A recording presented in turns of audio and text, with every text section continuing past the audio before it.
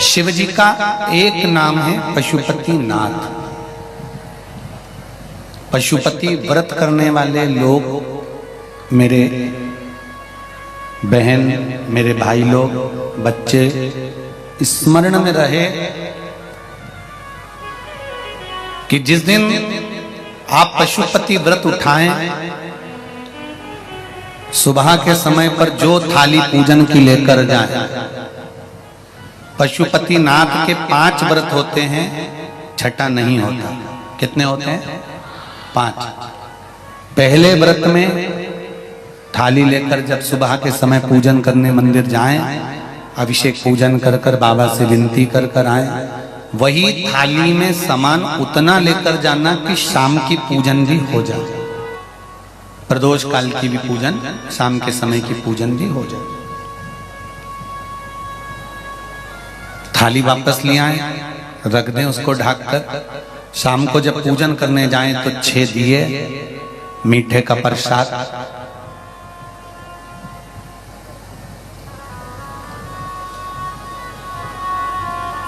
पति पत्नी अगर दोनों पशुपति व्रत कर रहे हैं तो दोनों की थाली अलग जाना चाहिए, दोनों का प्रसाद अलग जाना चाहिए।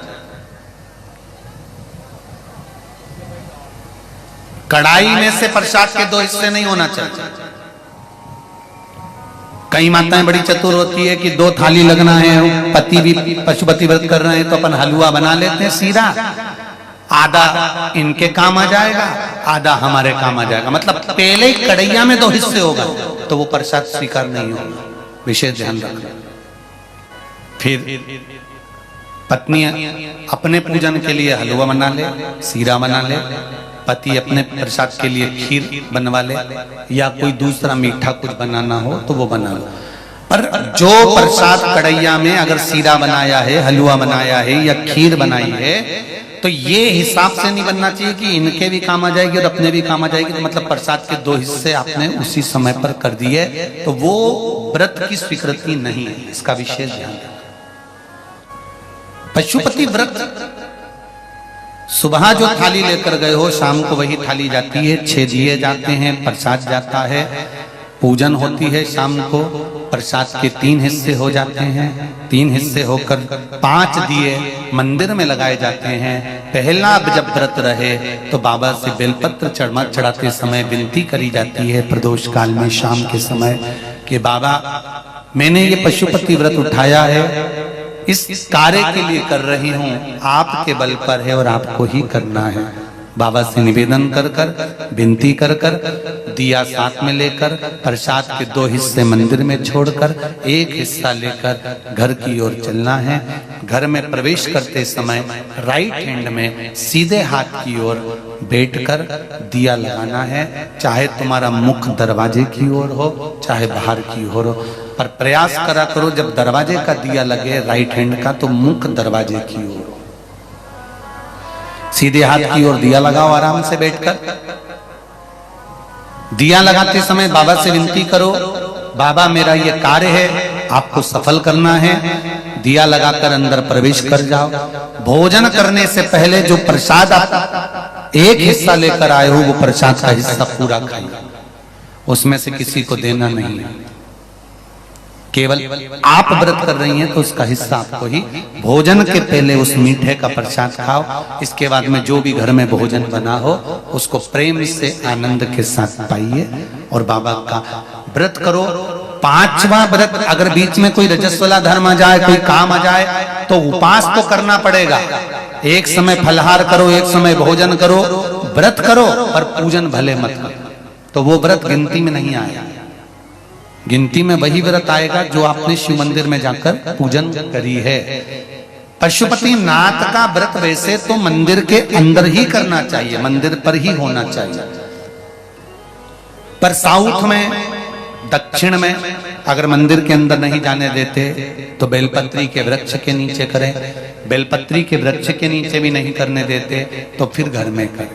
पर एक बात का स्मरण रहे, घर में करने पर उतना फल नहीं मिलता जितना मंदिर में जाकर करने पर प्राप्त होता है। ध्यान रखना। मंदिर में जाकर करें।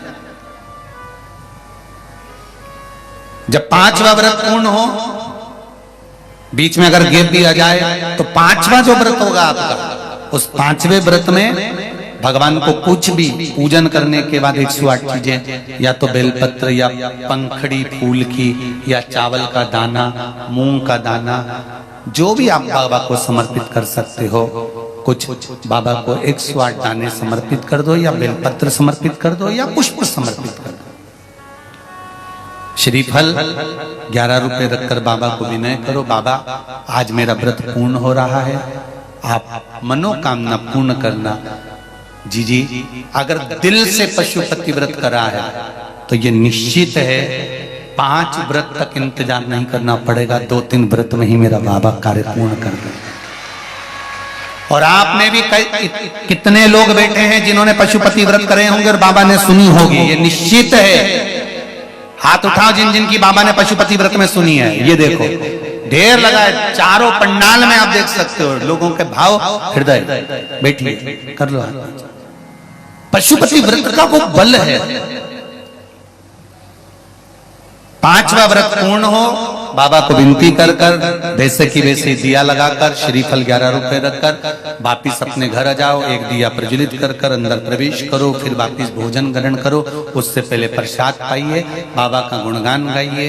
प्रयास करना पशुपति व्रत जिस दिन रहे उस दिन श्री शिवाय नमस्तुभ्यम। मंदिर में भी अगर पूजन कर रहे हो तो श्री शिवाय नमस्तुभ्यम, या पंचाक्षर नमः शिवाय, या षडाक्षर ओम नमः शिवाय मंत्र का स्मरण करते रहे। शिव की पूजन करो, आराधना दिल से निवेदन करो, दिल से।